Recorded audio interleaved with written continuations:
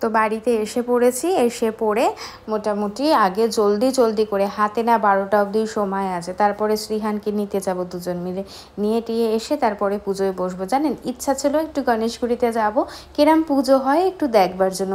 ওখানে না বিশাল বড় গণেশের একটা পুজো মানে মন্দির আছে আর কি। আর মানে নর্মালি আমাদের যখন বাইকটা কিনলো সুরজিৎ এখানে আসার পরে, তখন আমরা ওই গণেশগুড়ির গণেশ মন্দিরে গিয়েই বাইকের জন্য পুজো দিতে গেছিলাম। তো এখানে দরজার বাইরে আগে স্বস্তিক এঁকে নিলাম, একটা হলুদ দিয়ে আর একটা সিঁদুর দিয়ে।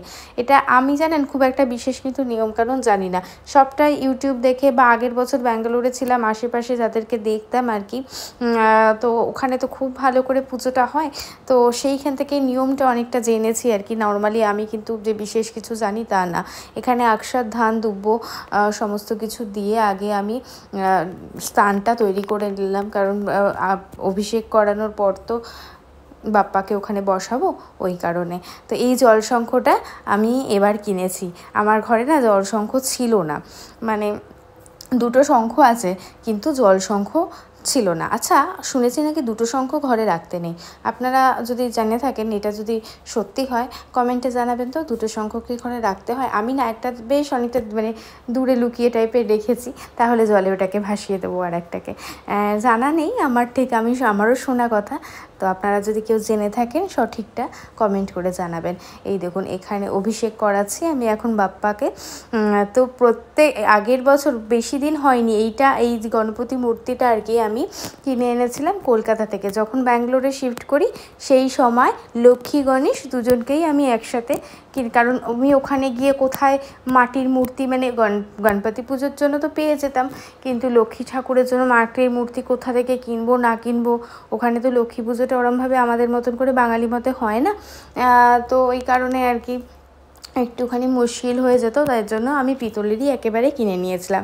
আর জানেন তো আমার এবার ইচ্ছা ছিল, সুরজিৎকে বলেও ছিলাম যে এরকম মাটির গণপতির একটা মূর্তি এনে পুজো করব।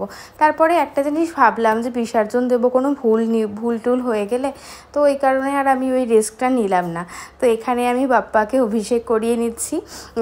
প্রথমে ঘি, মধু, অক্ষত, কুমকুম, সিঁদুর, তারপরে সমস্ত কিছু দিয়ে আর কি, দুধ, সব কিছু দিয়ে পরপর যেরমভাবে বিধিগুলো জানি সেরমভাবেই লাস্টে পুষ্প দিয়ে, প্রথমে গঙ্গা জল দিয়ে আমি অভিষেক করিয়েছি, তারপরে ঘি দিয়ে, তারপরে মধু দিয়ে, তারপরে কুমকুম দিয়ে, অক্ষত দিয়ে, সিঁদুর দিয়ে, তারপরে আপনার দুধ দিয়ে লাস্টে করিয়ে, তারপরে আমি জল দিয়ে নর্মাল একবার ওই অভিষেক করিয়ে নিয়ে তারপরে পুষ্প দিয়ে আমি এখানে ড্রেসটা খুলিয়ে দিলাম, তার কারণ হচ্ছে পুরো ভিজে গেছিলো ড্রেসটা।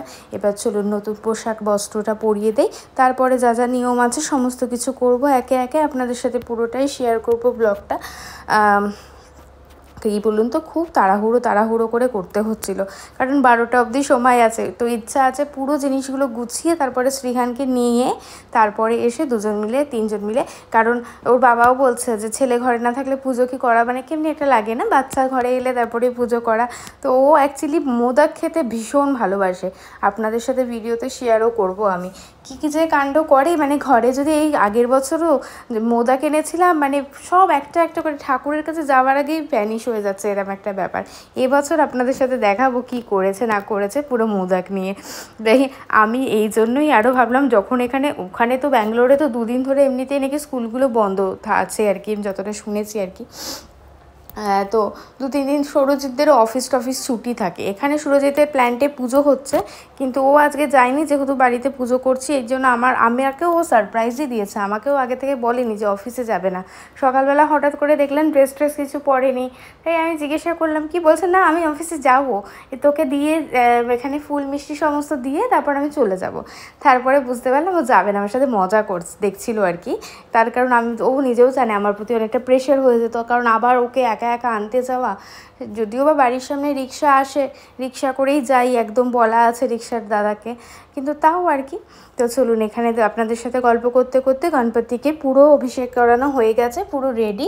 কেমন লাগছে আমার বাপ্পাকে আপনাদের থেকে কমেন্টে জানতে চাই, কেমন লাগছে। আর ব্লগটাও যদি ভালো লেগে থাকে তো আমাকে না কিছু না বললেও গণপতি বাপ্পা মরিয়া তো লিখে আসতেই পারেন। তো দেখুন এখানে আমি স্থান গ্রহণ করিয়ে দিয়েছি। আর এদিকে তারপরে আমি আগে দুর্বা ঘাসের আর কি দুর্বা দিয়ে দিলাম, যেহেতু ওনার তো সবথেকে প্রিয় দুর্বা। তো হাতে একটা মোদকও দিয়ে দিলাম।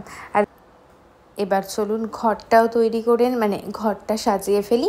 ঘটের মধ্যে একটা হলুদ 1 টাকার কাঁচা কয়েন আর তার সাথে হচ্ছে সুপারি সমস্ত কিছু দিয়ে আর কি, দুর্বা, গঙ্গা জল সবটা দিয়ে, আম পল্লবটা দিয়ে এবার একটা স্বস্তিক এঁকে আর ওইদিকে লাল লাল হলুদ সুতো দিয়ে আমি একেবারে নারকেলটা রেডি করে নিয়েছি। রেডি করে একেবারে ঘটে বসিয়ে দিয়েছি। আর আম পল্লবের মধ্যে একেবারে সিঁদুরের ফোঁটা আর হলুদের ফোঁটা দিতে আমি ভুলে গেছিলাম, আকশাত দিয়েছি নিচে, আকশাত দিয়ে একেবারে বসিয়েছি। তারপরে আবার মনে পড়াতে আমি আবার পরে যদিও বা ওটা সিঁদুর আর হলুদের ফোঁটা দিয়ে দিয়েছিলাম।